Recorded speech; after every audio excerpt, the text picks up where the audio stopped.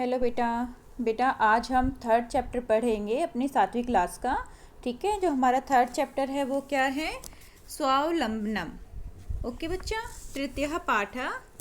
तीसरा हम चैप्टर पढ़ रहे हैं जिसका नाम है स्वावलंबनम। स्वावलंबनम का मतलब क्या होता है? आत्मनिर्भरता। आत्मनिर्भरता अर्थात हमें अपने आप पे निर्भर होना चाहिए, दूसरों के ऊपर नहीं। ओके, अब हम स्टार्ट कर रहे हैं, ध्यान से सुनो बेटा। इसके बाद हम इसका अभ्यास करेंगे नेक्स्ट वीडियो में। कृष्ण मूर्ति श्रीकंठस्य च मित्र आस्ताम। कृष्ण मूर्ति और श्रीकंठ दो मित्र थे। ठीक है, यहाँ पे मित्र आया ना बेटा। मित्र का मतलब क्या होगा? यहाँ पे दो मित्रों के लिए बात की गई है। आस्ताम मतलब थे, तो श्री कृष्ण मूर्ति और श्रीकंठ दो मित्र थे। श्रीकंठस्य पिता स्मृतः आसीत्। श्रीकंठ के पिता धनवान थे। स्मृत का मतलब क्या होगा? यहाँ पे धनवान। जो श्रीकंठ के पिता कैसे थे? धनवान थे, समृद्ध थे। अतः तस्यः भवने सर्वविधानि सुखानि सुख साधनानि आसन। इसलिए उनके घर में सब प्रकार के सुख साधन थे। ठीक है। तस्मिन् विशाले भवने चत्वारिंशत् स्तंभः आसन। उनके विशाल भवन में जो उनका घर था, जो बहुत ही सुंदर था, उसमें क्या थे? चत्वारिंशत् स्तंभ। चत्वारिंशत् का मतलब होता है हमारे पास 40। ठीक है, उनके घर में कितने कमरे थे? 40। 40 स्तंभ थे। स्तंभ का मतलब होता है बेटा पिलर, खंबे। उनके घर में 40 खंबे थे अर्थात पिलर थे। तस्यः अष्टादश प्रकोष्ठेषु। अष्टादश का मतलब होता है 18 और प्रकोष्ठ का मतलब होता है कमरे। प्रकोष्ठ का मतलब क्या होता है? कमरे। तो प्रकोष्ठेषु मतलब कमरों में। तो उनके पास अष्टादश प्रकोष्ठेषु 18 कमरों में 50 का मतलब क्या हो गया हमारे पास? 50। ठीक है, 50 का मतलब होता है 50। ग्वाक्सहा खिड़की। ग्वाक्सा का मतलब खिड़कियाँ।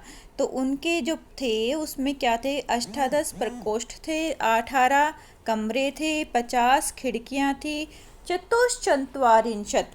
चतुष का मतलब होता है 4, चत्वारिंशत् मतलब 40 अर्थात 44। 44 द्वाराणि द्वार थे। ठीक है, आने जाने के जो दरवाजे होते हैं, द्वार होते हैं, वो 40 थे। षट त्रिंशत् 36। त्रिंशत 30 होता है बेटा और षट होता है 6, तो षट त्रिंशत हो गया हमारे पास 36। 36 क्या थे? विद्युत वैजनानी आसन। विद्युत वैजनानी मतलब बिजली के पंखे। वैजनानी का मतलब होता है पंखे। ठीक है, तो हमने क्या पढ़ा है? उनका घर क्या था? सभी तरह से सुख संपत्ति से संपन्न था। विशाल भवन था जिसमें हमारे पास 40 क्या थे? हमारे पास खंबे हैं, 18 कमरे हैं, 50 खिड़कियां हैं। ठीक है बेटा, 44 क्या हैं? द्वार हैं, और जो 36 हैं वो पंखे हैं। ये इनके घर की में बताया गया है कि क्या क्या चीज़ है। नेक्स्ट है तत्र 10 सेवकः निरंतरम कार्यम कुर्वन्ति समः। वह उनके घर में जो 10 का मतलब यहाँ पे 10। ठीक है, इसको संस्कृत में 10 लिखते हैं ऐसे। तो वहाँ पे 10 सेवक थे जो निरंतर कार्य करते थे। उनके घर में कितने सेवक थे जो निरंतर कार्य करते थे? 10। परम कृष्ण मूर्ति माता पिता च निर्धनो कृषक दंपति। लेकिन कृष्ण मूर्ति के माता पिता निर्धन थे और क्या थे? किसान थे। कृषक का मतलब था किसान। किसान थे, तो उसके माता पिता, कृष्ण मूर्ति के माता पिता निर्धन थे और किसान थे। और श्रीकंठ के जो माता पिता है वो क्या थे? धनवान थे, समृद्ध थे।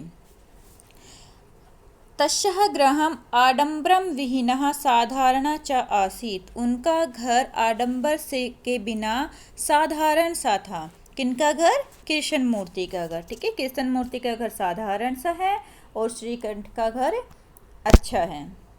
एकदा श्रीकंठः तेन सह प्राप्तः नववादने तस्यः गृहम् आगच्छत्। एक बार जो श्रीकंठ है उसके साथ सुबह 9 बजे उनके घर में आया। तत्र कृष्ण मूर्ति तस्य माता पिता च। वहाँ पर कृष्ण मूर्ति ने और उनके माता पिता ने स्वशक्तया अपनी शक्ति के अनुसार अर्थात जितना उनसे हो सकता है उन्होंने उसका क्या किया? अतिथि सत्कार किया। आतिथ्यम आकुर्वन्, उनका अतिथि सत्कार किया। ठीक है, किसका अतिथि सत्कार किया? श्रीकंठ का। किसने किया? कृष्णमूर्ति ने और उसके माता पिता ने। एतत् दृष्ट्वा, ऐसा देखकर, श्रीकंठः अकथयत्, श्रीकंठ ने कहा, मित्र, अहम भवतः सत्कारेण संतुष्टो अस्मिन्, मैं आप लोगों के सत्कार से संतुष्ट हुआ हूँ। केवलम इदमेव मम दुखम यत् तव गृहे एको अपि भृतः न अस्ति। ये कह रहा है कि मैं तुम्हारे आतिथ्य सत्कार से बहुत संतुष्ट हुआ हूँ, लेकिन मुझे दुख किस बात का है कि तुम्हारे घर में एक भी नौकर नहीं है। भृत्यः, भृत्यः का मतलब होता है नौकर। तुम्हारे घर में एक भी नौकर नहीं, मैं इस बात से दुखी हूँ। मम सत्काराय भवतः बहु कष्टम जातम, मुझे मेरा सत्कार करने के लिए, आतिथ्य सत्कार करने के लिए आप लोगों को बहुत दुख हुआ होगा। मम गृहे तो बहवः कर्म करा, मेरे घर में तो बहुत सारे कर्म करा, काम करने वाले हैं। ठीक है, यहाँ पे भृत्यः का मतलब नौकर है बेटा, और कर्म करा का मतलब भी काम करने वाले अर्थात नौकरी है। दोनों मीनिंग सेम है। ठीक है, आप भृत्यः भी बोल सकते हो, भृत्या का मतलब भी नौकर होता है, काम करने वाला होता है वो भी, और कर्म करा का मतलब भी काम करने वाला होता है। ओके बच्चा, नेक्स्ट है तदा कृष्ण मूर्ति अवदत्, तब कृष्ण मूर्ति ने कहा, क्या कहा कृष्ण मूर्ति ने? मित्र, हे मित्र, मम अपि अष्टहु कर्म करहा, हमारे घर में भी 18 काम करने वाले हैं। ठीक है, मम अपि, हमारे भी अष्टहु कर्म करहा संति, 18 जो हैं वो काम करने वाले हैं। अब वो कौन कौन से 18? 8 जो हैं वो काम करने वाले हैं। वो कौन कौन से हैं 8 काम करने वाले? देखो इसने कितनी खूबसूरती से बताया, कितनी अच्छी तरह से एक्सप्लेन किया है। ते च, वे हैं, दौ पादौ, 2 पैर हैं हमारे काम करने वाले, दौ हस्तौ, 2 हाथ हैं, और द्वे नेत्र हैं, और 2 क्या है हमारे पास? आँखें हैं। 2 पैर हैं, 2 हाथ हैं, और 2 आँखें हैं। ये क्या है? हमारे काम करने वाले हैं। ओके, तो इसका क्या कहा है उसने? इस तरह से उसने एक्सप्लेन किया है कि भाई हमारे पास भी क्या है, अभी 6 हो गए ना बेटा, और 2 देखो नेक्स्ट आगे पेज पे मैं आपको शो करती हूँ।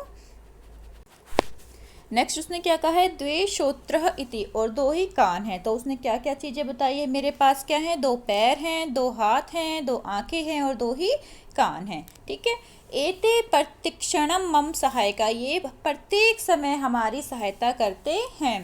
भाई तुम्हारे जो नौकर हैं वो तो हो सकता है 1% नहीं भी रहे, ठीक है, या काम नहीं भी करने आए, लेकिन जो हमारी कर्म कर रहा है, जो हमारे काम करने वाले हैं, वो तो प्रत्येक क्षण हमारे सहायक हैं, हमारे पास ही रहते हैं, हमारी सहायता करते हैं।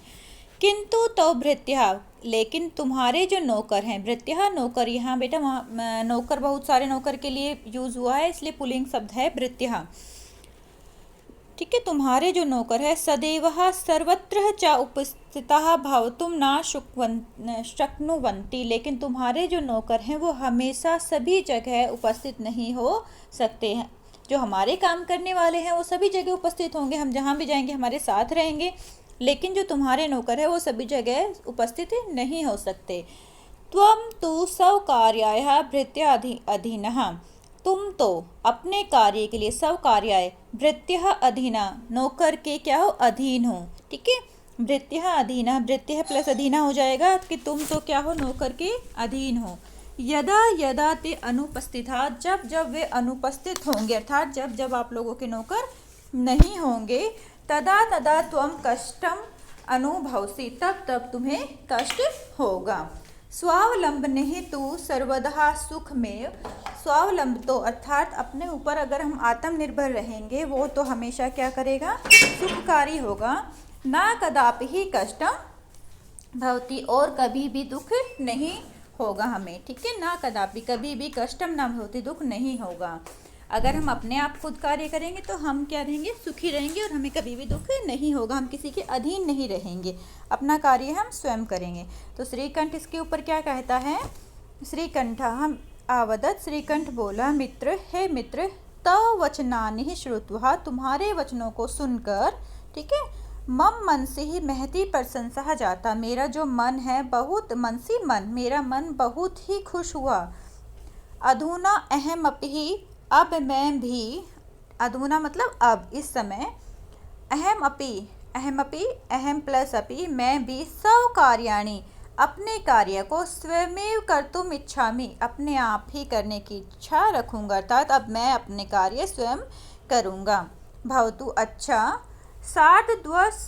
द्वादशवादनम, 12:30 अच्छा अब 12:30 हो गए हैं। संप्राप्तम गृहम चलामि, अब मुझे घर चलना चाहिए। ठीक है, तो ये हमारा था बेटा स्वावलंबनम कि हमें अपना काम स्वयं करना चाहिए। हमारे पास 2 हाथ हैं, 2 पैर हैं, 2 कान हैं, 2 आँखें हैं, उनसे हमें अपना कार्य हमेशा ही करते रहना चाहिए, कभी भी दूसरों के ऊपर डिपेंड नहीं रहना चाहिए। तो आज हमने ये पढ़ा है बेटा।